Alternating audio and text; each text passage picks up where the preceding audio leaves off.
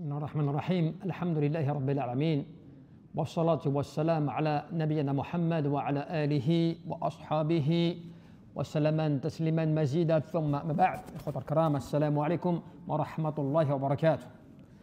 إن شاء الله nous allons aborder بإذن الله عز وجل اليوم un verset qui va nous permettre de comprendre encore une fois quelques bonnes leçons. Les ibar, alhamdulillah, donc ces leçons bénéfiques tirées de la parole d'Allah subhanahu wa ta'ala. Et cela dans le verset lorsqu'Allah jalla fi'ulah nous dit Alam ya'nina alladhina amanu an takhsha'a qulubuhum li dhikrillah wa ma nazala min al-haqq. N'est-il pas venu le temps pour ceux qui ont la foi an takhsha'a qulubuhum li dhikrillah, que leur cœur s'humilie au rappel d'Allah wa ma nazala min al-haqq, et de ce qui a été révélé en toute vérité. Et cela, on te dit alam ya'ni, يعني سؤال فيه عتاب الرحيم كأنه تعنيف بلطف والرفق، يعني معناه أليس هذا وقتا أن يخشع فيه القلب. Tu sais, cette façon, cette rhétorique de la part d'Allah subhanahu wa ta'ala dans le fait de dire cela comme cela, c'est-à-dire Alam ya'nina alladhina amanu, n'est-il pas venu le temps? Eh bien, c'est une façon d'interpeller, mais avec l'intention d'une certaine douceur, c'est-à-dire d'essayer de faire résonner les cœurs et de faire résonner les esprits afin qu'ils puissent comprendre la bonne leçon, c'est-à-dire que tu te remettes en cause. C'est comme quand quelqu'un il t'interpelle pour ton bien, non pas pour te blâmer, non pas pour te réprimander, mais pour ton bien. Il souhaite le bien pour toi, donc il t'appelle comme cela, afin que tu te remettes en cause, que tu t'interroges. Donc le sens, c'est comme si tu disais, n'est-il pas venu désormais le temps à ce que le cœur s'humilie au rappel d'Allah subhanahu wa ta'ala. للذين آمنوا خطاب للمؤمنين لأنهم أولى الناس بأن تلين قلوبهم لذكر ربهم. Allah Jalla fi'ula, dans ce verset, il s'est adressé à qui? Il s'est adressé aux croyants, à ceux qui ont la foi. Puisqu'il dit Alam ya'nina alladhina amanu, ceux qui ont l'iman billah subhanahu wa ta'ala. Il s'adresse à ceux qui ont la foi, mais pourquoi? Parce que les croyants, ceux qui ont la foi en Allah subhanahu wa ta'ala, c'est eux qui ont un cœur qui est adouci au rappel d'Allah. C'est pour cela que des fois, tu peux parler avec n'importe quel type de croyant, même quelqu'un qui n'est pas forcément un grand pratiquant, qui pratique sa religion, mais ce n'est pas quelqu'un, on va dire, qui est dans une grande pratique, quel que soit son niveau, tant qu'il a la foi, lorsque tu lui parles d'Allah subhanahu wa ta'ala, il reste quand même réceptif. Il écoute. Cela peut le toucher. Pourquoi? Parce que son cœur est croyant. Et le cœur du croyant, il a une certaine prédisposition à recevoir le rappel d'Allah subhanahu wa ta'ala. C'est pour ça qu'Allah Jalla fi'ulah ne s'est pas adressé à ceux qui ne croyaient pas en disant par exemple que cela concernerait ceux qui n'ont pas la foi, de se remettre en cause, de s'interroger. Non, il parle de lilladhina amanu, ceux qui ont la foi, Allah subhanahu wa ta'ala. Pour dire quoi? C'est-à-dire que tu crois en Allah, tu as la foi en Allah. N'est-il pas temps, désormais, que ton cœur, il s'adoucisse? Et donc, an takhsha'a qulubuhum, ay talina wa tata'thara wa tadhillu. والمراد خشوع القلب فإذا خشع تبعثه الجوارح. Pourquoi est-ce que Allah Jalla fi'ula a parlé أن تخشع قلوبهم لذكر الله? Parce que lorsque le cœur du croyant il craint Allah subhanahu wa ta'ala, qu'est-ce qui va se passer? Le reste, al-jawarih, les membres, ils vont suivre. Le cœur, c'est le moteur. Al-qalb, c'est le moteur. Le prophète Mohammed alayhi salatu wa salam disait at-taqwa hahuna, et il montrait le côté de sa poitrine. Le cœur, c'est le moteur. Quand le moteur craint Allah subhanahu wa ta'ala, le reste va suivre. on va le voir sur l'extérieur, on va le voir sur les membres de la personne, dans sa pratique religieuse, dans ses paroles, dans son comportement, jusqu'à même dans son regard. Pourquoi dans son regard? Puisque la crainte d'Allah Jalla fi'ula fait qalbih, dans son cœur, la crainte d'Allah est dans son cœur. Eh bien, elle lui fait baisser le regard, ou bien elle lui accorde d'avoir une certaine vision d'humilité à l'égard de son Seigneur. C'est pour ça qu'Allah Jalla fi'ula a rappelé à son prophète Mohammed alayhi salatu wassalam al-ihsan, l'excellence. L'excellence qui est le troisième des niveaux, le plus élevé. Ba'da quoi? Après quoi? L'islam, wal-iman, wal-ihsan. L'islam qui est la soumission à Allah subhanahu wa ta'ala. L'iman, la foi en Allah subhanahu wa ta'ala. Mais l'ihsan, l'excellence, n'est pas forcément donnée à tout le monde. Qu'est-ce que l'excellence? An ta'bud Allah ka'annaka tarah, fa in lam takun tarah, fa innahu yarak. Que tu adores Allah subhanahu wa ta'ala comme si tu le voyais. Si certes tu ne le vois pas, lui il te voit. Donc ce regard, tu vois, de l'humilité, de la crainte, du cœur scrupuleux, qui est soumis à Allah Jalla fi'ula, même quand il ne le voit pas, eh bien c'est une grande élévation qui ne touche que les croyants, pas celui qui ne croit pas. Comme quand Allah Jalla fi'ula te rappelle alladhina yakhshawna rabbahum bil ghayb, ceux qui craignent Allah alors qu'ils ne le voient pas. Ils sont pris de crainte, de peur vis-à-vis de leur Seigneur, pourtant ils ne le voient pas, mais c'est la foi qui fait qu'ils se soumettent comme cela. Et c'est intéressant ce verset, tu vois, notamment pour la partie an takhsha'a qulubuhum li dhikrillah, que les cœurs s'humilient. Vous savez une histoire concernant ce verset, qui est l'histoire du grand imam, l'imam al-Zahid, al-Muttaqi, qui est Fudayl ibn Iyad, min kibar l'ulama as-salihin, parmi les grands savants pieux, ascètes. Et un jour on raconte, donc avant son repentir, ce grand savant était un bandit, quelqu'un qui était un brigand des grands chemins, bandit réputé et brigand des grands chemins, notamment dans la contrée de Khurasan. Aujourd'hui, on va traduire cela comme étant vers les contrées de l'Iran et autres, ou bien du Sham qui veut dire toute la partie de la Syrie, toute cette contrée-là géographique. Et il était quelqu'un de connu pour son banditisme et le fait que c'était quelqu'un qui était un brigand des grands chemins. Et une nuit, il va donc dans une des villes, il escalade un mur afin de rejoindre une personne, une femme qu'il convoitait. Et au moment où il passe le mur, il entend quelqu'un qui récite ce verset. Alam ya'ni lilladhina amanu an takhsha'a qulubuhum li dhikrillah wa ma nazala min al-haqq. Qu'est-ce qu'il dit? Bala ya Rabb, qad an. Il a entendu ce verset, il a dit ya Allah. C'est vrai, il est temps pour moi de me remettre en cause. Cela l'a perturbé. Au moment où il s'apprêtait à faire encore un nouvel acte, parmi les péchés, il est interpellé par ce verset qu'il entend comme cela. Son cœur s'humilie au rappel de ce verset et il dit lui-même « Oh Allah, il est temps pour moi ». Qu'est-ce qu'il fait? Il fait demi-tour, il ne continue pas son chemin. Il rentre chez lui. Et à l'époque, les maisons, on va dire, étaient plus ou moins ouvertes. Des fois, il entendait ce qui pouvait se passer dehors. Et il entend des caravaniers qui passent.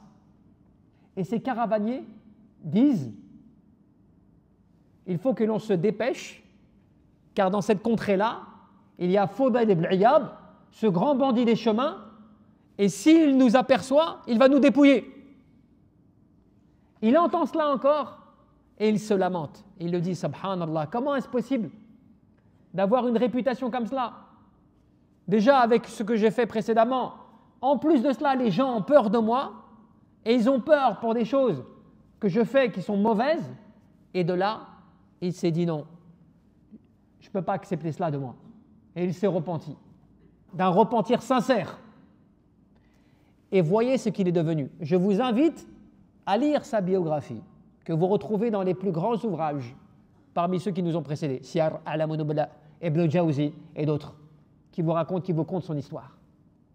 Il fait partie des plus grands imams de l'islam, des plus grands pieux et ascètes, quelqu'un qui est extrêmement cité dans des paroles extrêmement profondes par rapport à la piété du cœur, des œuvres, même dans l'application de l'islam, de la sunna, quelqu'un qui est une référence parmi les grands imams de l'islam qui nous ont précédés.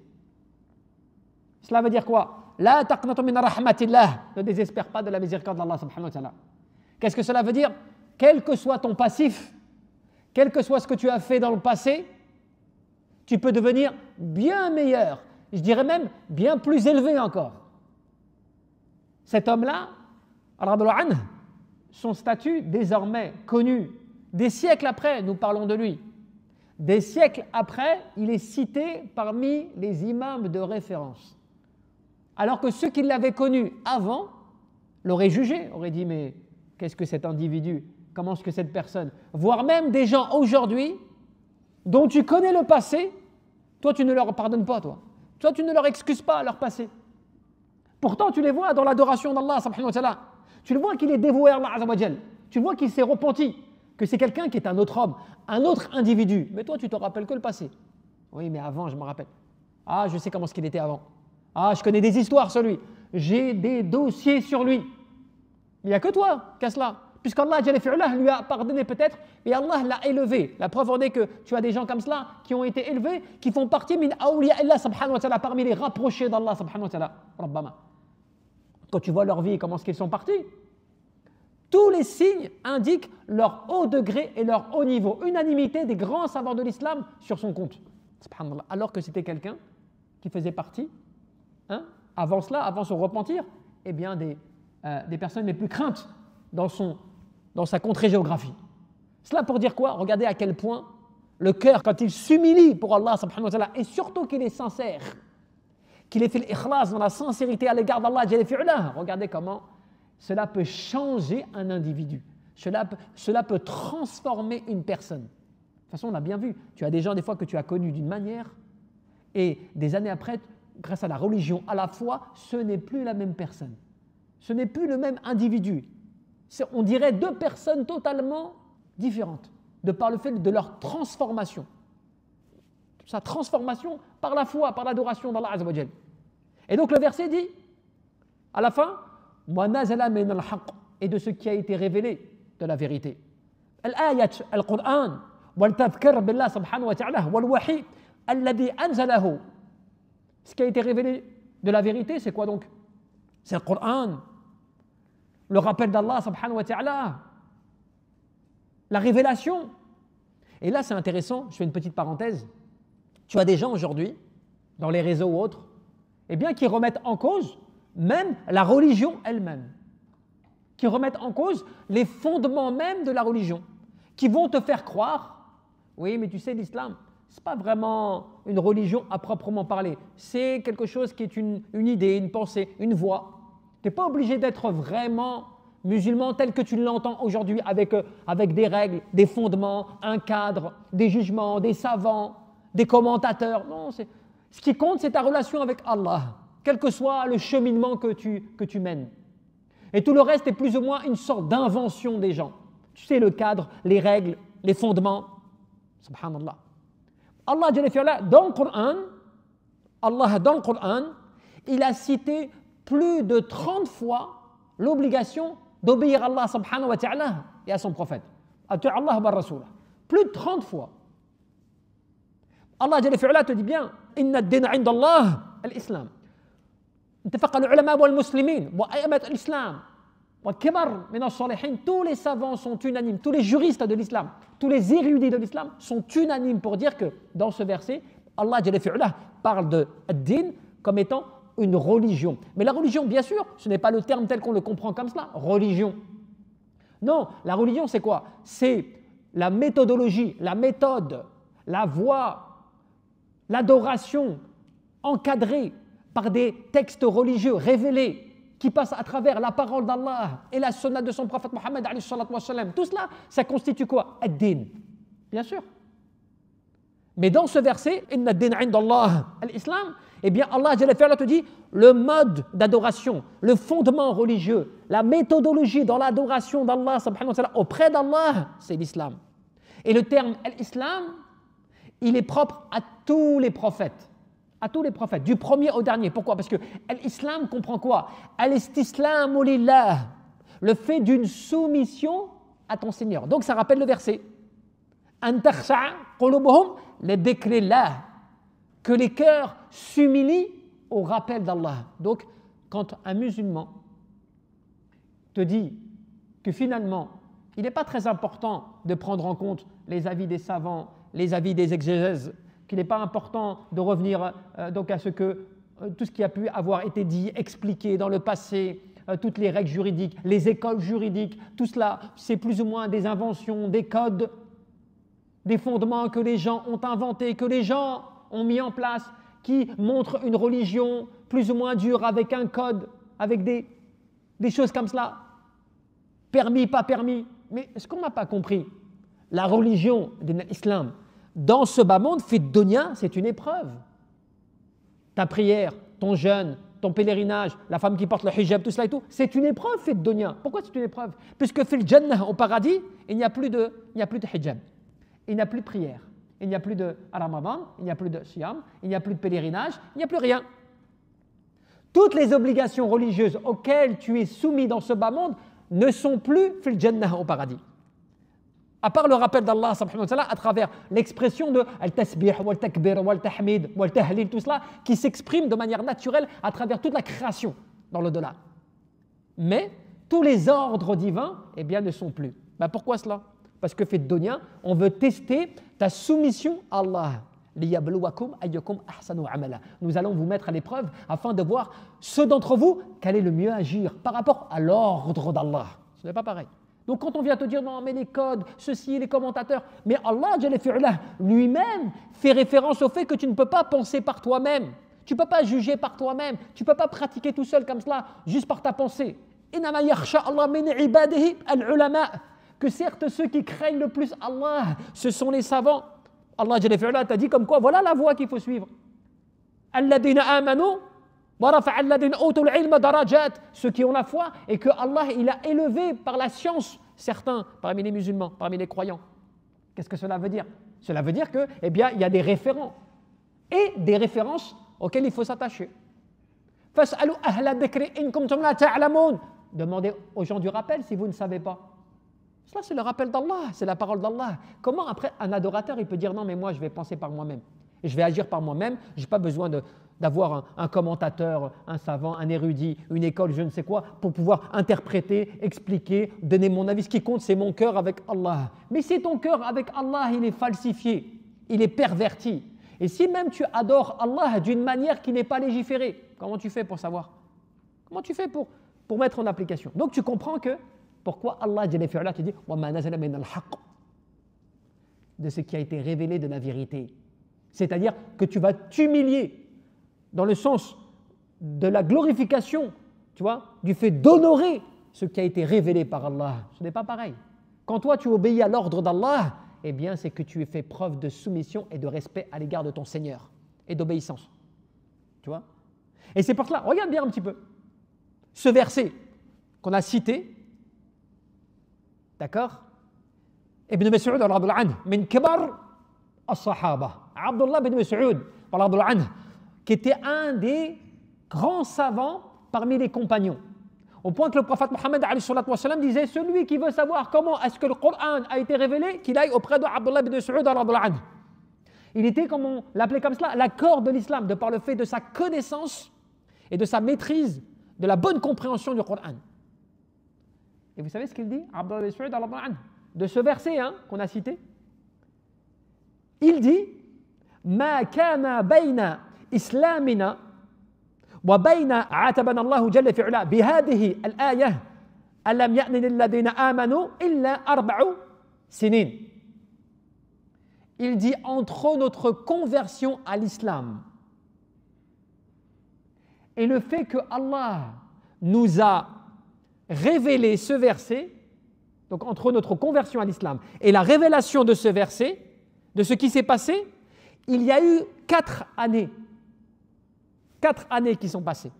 Qu'est-ce que cela veut dire? Le verset a été révélé 4 ans après qu'il se soit converti à l'islam. Bon, les ulama, qu'est-ce qu'ils te disent? C'est intéressant. Regardez, Allah subhanahu wa ta'ala, il parle à des croyants en leur disant Alam ya'ni lilladhina amanu an takhsha'a qulubuhum li dhikrillah. Est-ce qu'il n'est pas temps aux croyants que leur cœur s'humilie au rappel d'Allah que 4 années après la révélation, 4 années après la conversion? Et qu'est-ce que te disent les savants par rapport à cela? Eh bien, ils te disent فَإِنْ كَانَ هذا عتابا بعد 4 سنين فكيف بمن قضى عمره في غفلة ألا يحن الوقت أن تلين قلوبنا ألا يحن الوقت أن نذرف الدموع عند سماع كلام الله سبحانه وتعالى ألا يحين الوقت أن نرجع إلى ربنا صادقين خاضعين. Ils te disent, t'imagines, cela est mentionné à des croyants 4 années après leur conversion.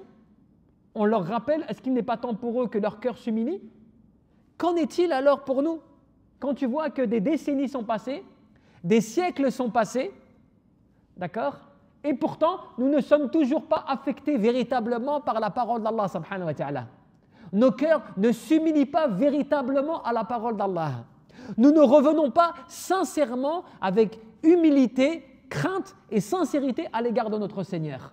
Et nous continuons à être dans le ghafla, l'insouciance et la négligence quant au rappel d'Allah subhanahu wa ta'ala. Et cela des siècles après. Alors qu'eux ont été rappelés à l'ordre 4 années après s'être convertis. Et cela te montre quoi?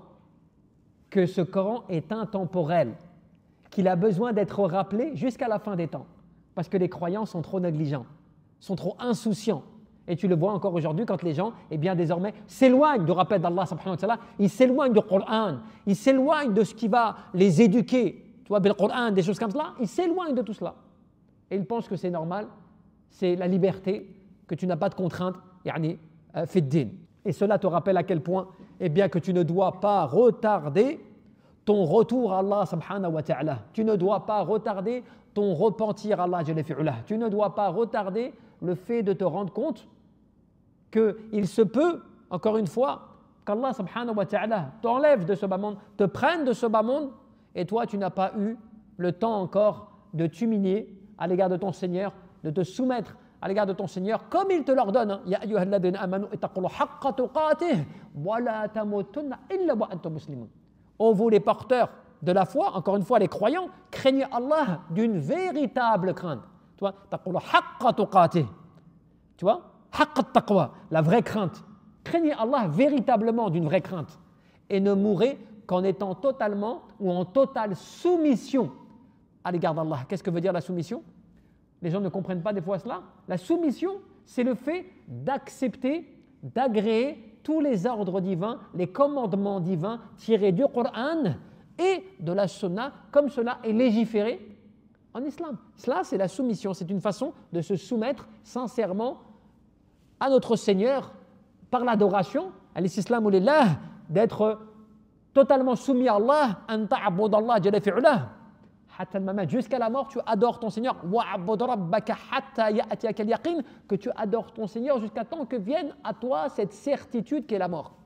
Et tu auras été soumis dans l'adoration d'Allah avec toute dévotion sincère, sincérité, crainte, humilité, tout cela qui te fera être heureux dans ce bas monde et être heureux dans l'au-delà. Wallahu a'lam, tabaraka wa ta'ala.